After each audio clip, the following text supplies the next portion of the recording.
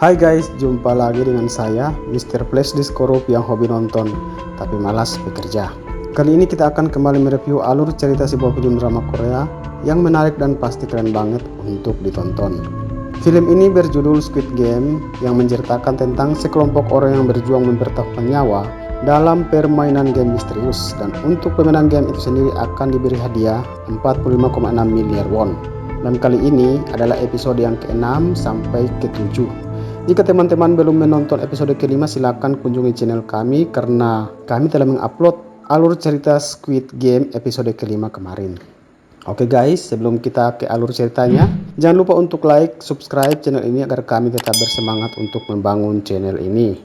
Di awal episode ke-6, ini terlihat para peserta sedang berbaris untuk diperiksa satu persatu. Tak lama kemudian, pemberitahuan untuk permainan berikutnya diumumkan. Kemudian seorang petugas berjalan di depan diikuti para peserta memasuki ruangan seperti biasa, yaitu ruangan dengan tangga dan cat berwarna cerah. Tapi kali ini mereka diperlihatkan para petugas yang tertangkap dan dieksekusi mati tampak tergantung di atas ruangan itu, sehingga terlihat oleh semua orang yang lewat. Kemudian mereka sampai di sebuah ruangan putih yang luas untuk menunggu instruksi selanjutnya. Tak lama kemudian diumumkan bahwa permainan berikut akan dimainkan secara berpasangan dan para peserta diharuskan mencari pasangan masing-masing.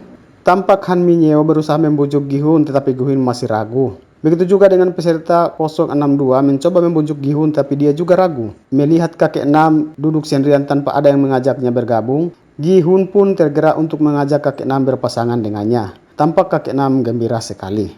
Han Mineo tampak gusar karena tidak ada yang mau berpasangan dengannya. Akhirnya semua diarahkan ke tempat permainan dan tertinggal Han Mineo seorang diri yang takut setengah mati. Ia berteriak histeris saat diseret oleh para petugas keluar dari ruangan itu. Di tempat permainan itu para peserta akan bermain kelereng dan masing-masing peserta mendapatkan sekantong kelereng yang isinya berjumlah 10 biji. Dan para peserta diharuskan memenangkan permainan itu dengan mengumpulkan 20 kelereng, maka ia dinyatakan pemenang. Permainan pun dimulai.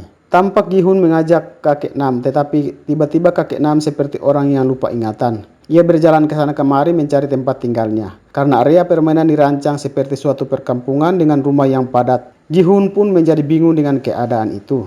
Sementara itu Ali dan Sang-woo sedang bermain tebak jumlah kelereng. Dan ternyata Sang-woo kalah. Tapi Sang-woo menipu Ali dengan cara menukar kelereng Ali dengan batu. Akhirnya Ali tereliminasi. Sementara itu Deok-soo frustasi karena ia selalu kalah dari peserta 278 yang adalah anak buahnya sendiri. Ia meminta pada petugas untuk mengganti permainan. Akhirnya ia berhasil menang.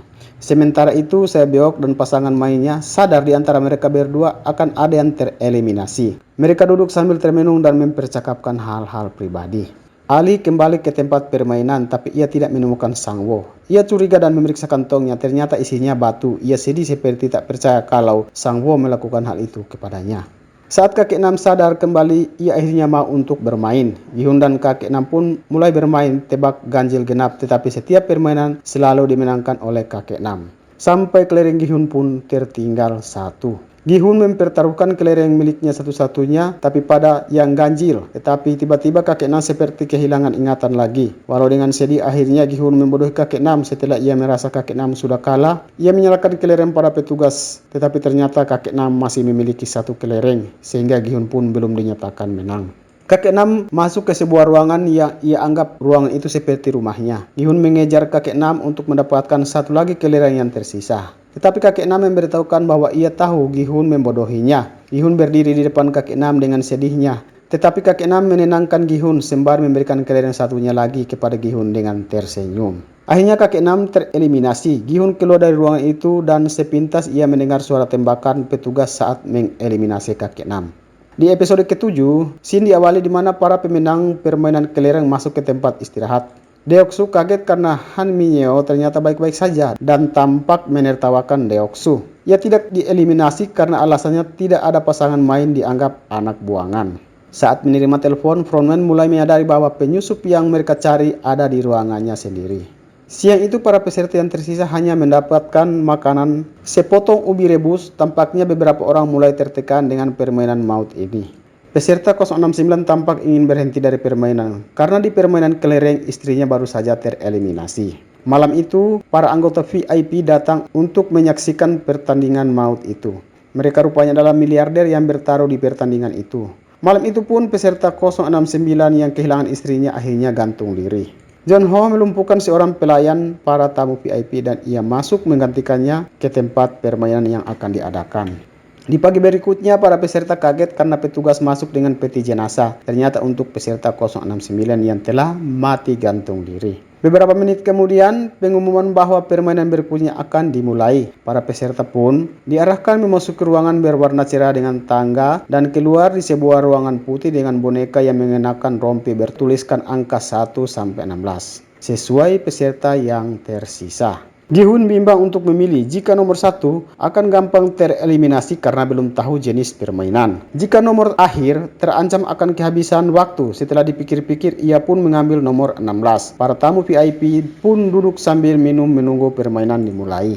Para peserta pun dipersilakan masuk dan ternyata itu adalah permainan menyusuri jembatan kaca yang berada di ketinggian hampir 5 lantai. Ada dua jenis kaca, yang pertama kaca yang mampu menahan 1 sampai 2 orang sekaligus dan yang satunya kaca yang akan pecah jika terinjak sedikit pun. Nomor punggung 01 pun melangkah dengan takut-takut, tetapi baru saja langkah kedua kaca pijakan pecah, ia pun jatuh dan remuk. Akhirnya satu persatu jatuh sebelum mencapai pertengahan jembatan. Setelah 5 peserta jatuh, sekarang Deoksu yang berada di depan diikuti peserta 07 dan Han Minyo di belakangnya. Deoksu mulai marah-marah dan tidak mau maju. Tak disangka Han Minyo mendorong peserta 07 jatuh. Melihat itu, Deoksu menjadi ciut nyalinya. Han Minyo pun maju melompat di kaca pijakan Deoksu lalu berbalik memeluk Deoksu dengan kancingan kedua tangan di pinggang Deoksu. Deoksu meronta bahkan memohon dilepaskan, tetapi Han Minyo telah bulat untuk mati bersama. Han Minyo mendorong dirinya ke belakang dan mereka berdua pun jatuh bersamaan. Akhirnya tertinggal 4 orang, nomor 13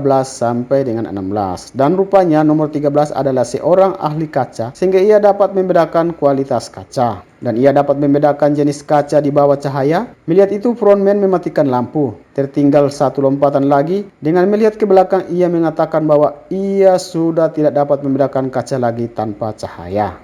Tetapi dengan melempar kelereng, ia dapat mengetahui jenis keras atau tidak. Tetapi sialnya hanya ada 1 kelereng. Akhirnya si ahli kaca menebak kaca mana yang akan dilompatinya. Tetapi sialnya ternyata Sangwo mendorong si ahli kaca sehingga ia jatuh menimpa lantai kaca dan pecah. Ia pun jatuh dengan berteriak histeris. Akhirnya Sangwo, Sae-byok, dan Gi-hun berhasil menyelesaikan permainan berkat si ahli kaca. Sementara itu, John Ho berusaha meloloskan diri ke laut dengan peralatan menyelam, tetapi ia terlacak oleh frontman di tengah laut dan mereka bersiap untuk menjemputnya dengan speedboat.